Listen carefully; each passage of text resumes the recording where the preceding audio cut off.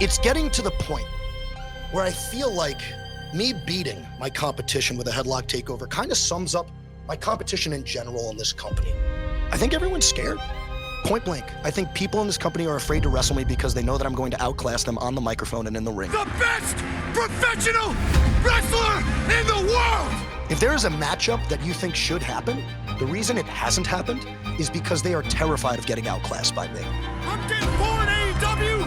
When you gonna give me some competition? I'm getting bored! Kind of bored of this sport, and I'm bored of the lack of respect from professional wrestling fans. When I say take my ball and go home, I mean literally just hanging up and up the lineage of this title. Because frankly, I don't know if anybody's worthy of beating me for this thing. Nobody is on the level of the devil. You know it's all about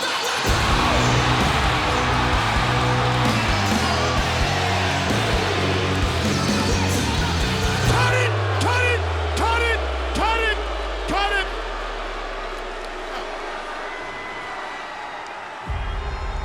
Well, if it isn't Adam Cole, baby. Finally, some worthy competition for the champ, huh?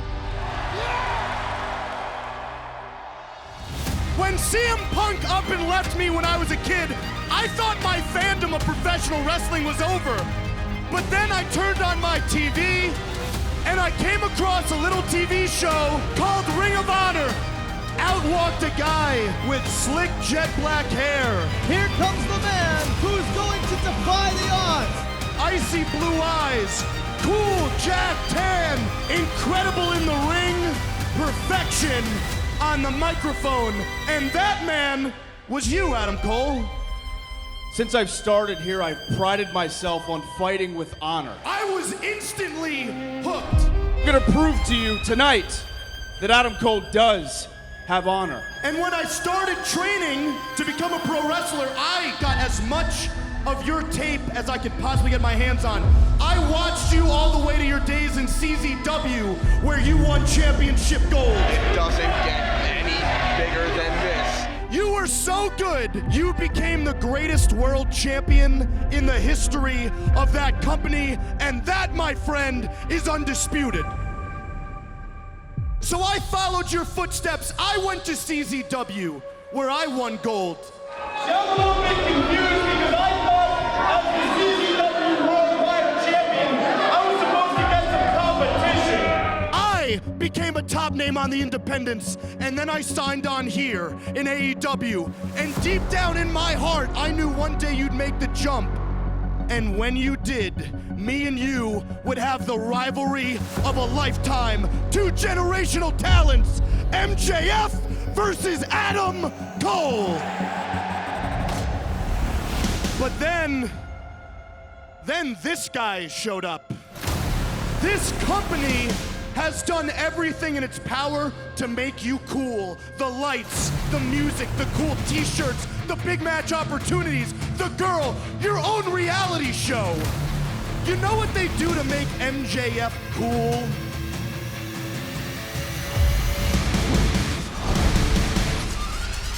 They ring the freaking bell. MJF, you are world class. You're a world class douchebag. I can appreciate and understand that you studied my career, but we are nothing alike. Because for 15 years, I have traveled the globe, shared locker room after locker room, this one included, and those boys and girls back there, they respect me. I swear on my life, there's not a single person back there who respects you. They think you're selfish. They think you're conceited. They think you're lazy. You do the bare minimum to collect that paycheck and walk around with that world title. That's an awful lot of tough talk coming from Keith Lee's manager.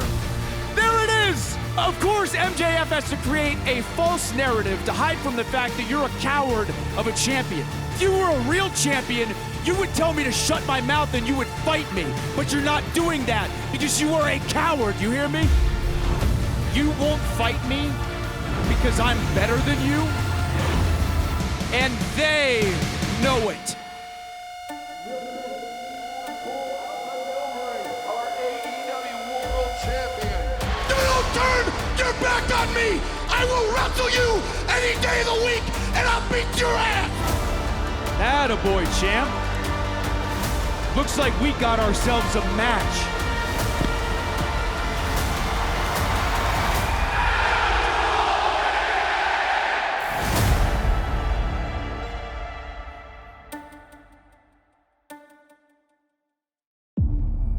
This is a match that could have major ramifications in the careers of all four women. The winner will face Toni Storm live this Wednesday at Dynamite in Washington, D.C. for the AEW Women's World Championship. Ladies, we'll be watching because the winner is going to be facing the greatest AEW Women's Champion that ever lived. A lot of firepower in this match. Two former AEW Women's World Champions. We got one who has not held a world title, Sky Blue. Toni Storm, Ruby Soho looking on.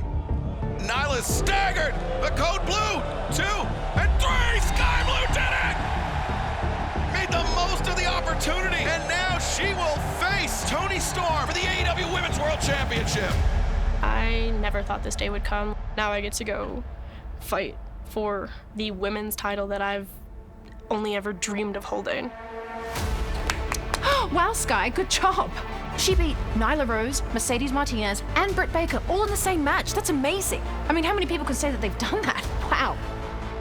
But none of them were the greatest AEW Women's World Champion to ever live. I've wrestled Toni so many times. She has cheated and used every shortcut possible to try to beat me. In the past, when I have faced Sky Blue, it's been easy, to say the least. In fact, it's been kind of like a night off.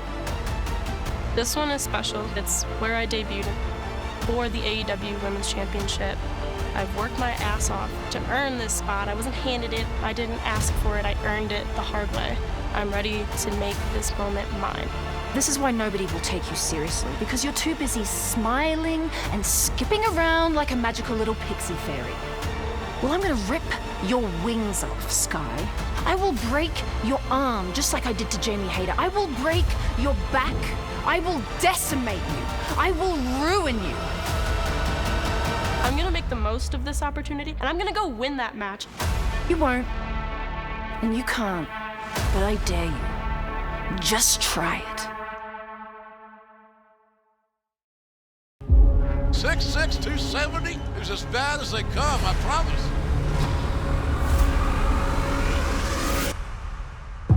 Myself and Jake Hager have a lot of history. We've beaten the out of each other in an MMA cage. We've beaten the out of each other all throughout the Jacksonville Jaguars arena. We've also gone at it in a ring before, which looks like we're doing again this Wednesday, and I do believe the last time we had a one-on-one match in ring, I won. Nothing will be different this time. And you can bring JAS, bring Jericho, powerbomb the life out of him, bring Garcia, bring the clowns, I'll powerbomb everybody. This Wednesday, Wardlow Hager ends exactly how it ended last time. Wardlow wins.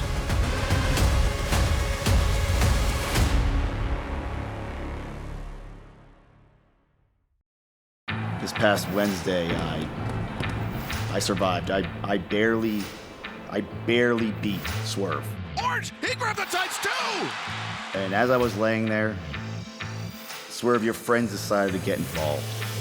Prince Nana is livid. He's calling in the troops, and here they come, guys. Trouble for Orange Cassidy, and he's beaten up enough. Come on. This full-on assault by the Mogul Embassy. So why don't you bring all four of those friends, and I'll bring some of my friends. Oh my God! It's Sting! Sting and Darby Allin once again having Orange Cassidy's back. Darby Allin, you know him. There's like this legend, this icon, you know, Sting. And I'm also gonna bring the guy that still hates you,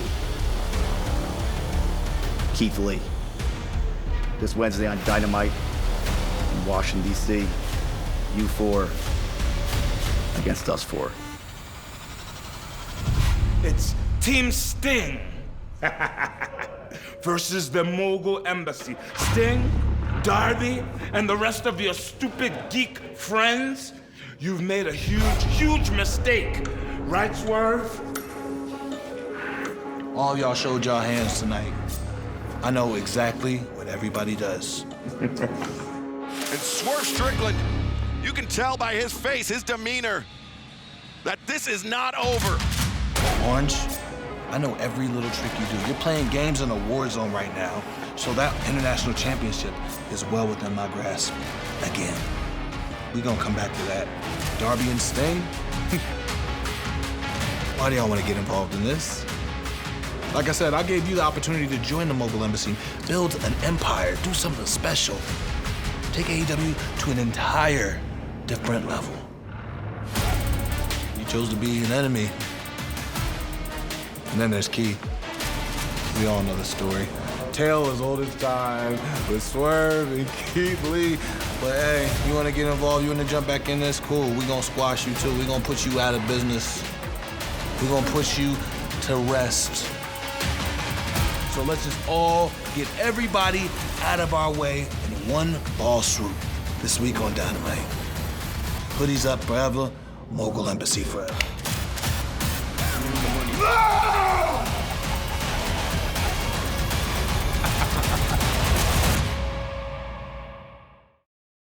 There was one man that told me not to trust you clowns in the first place. I know you've known Lethal a long time and he's okay, but keep your eyes on the rest of these clowns.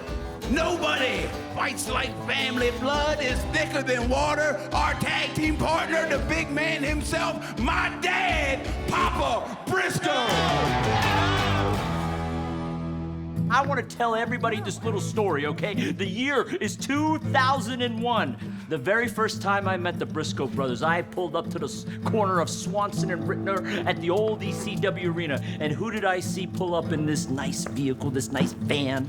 It was the Briscoe brothers. And you know what? They were so young, they were not allowed to compete legally in the state of Pennsylvania.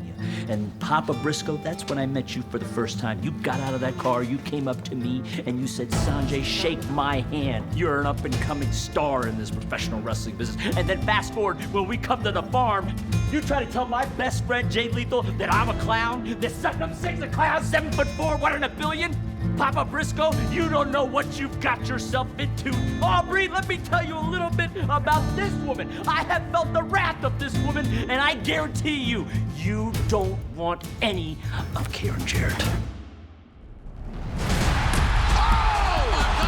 If I see you in catering, or I run into you at the hotel after the show, or I catch you interfering in one of your husband's matches, I'm gonna kick your ass. You made the mistake of messing with my husband, my family, and laying your hands on me. You're gonna regret every single step you have made since Jeff Jarrett became a part of this company. Mark Briscoe, I've only respected you because of this man right here. Briscoe, you're a joke. Your old man's a joke. And when we get in the ring, I can assure you one thing. I'm gonna paintbrush you, I'm gonna stroke you, and I guarantee you I'm not coming with one, but I've got two. Wait a minute. Stop! Wait a minute! Guys, this is not good, okay? They said there's a saying about Papa Briscoe. You don't spit into the wind, you don't tug on Superman's cape, and you don't mess with Papa Briscoe. You've been in there with Papa Briscoe before. You felt the wrath. You felt them big-ass, hard-ass hands. Hey, I just don't think it's gonna go real good for you boys and you girls in Washington, D.C. And I will get myself ready, because this ass woman's coming, whether you like it or not. You have to see for yourself what Papa Briscoe is capable of. I've seen it, I've stood in front of him, and it is not something that I'm willing to do. But I have to.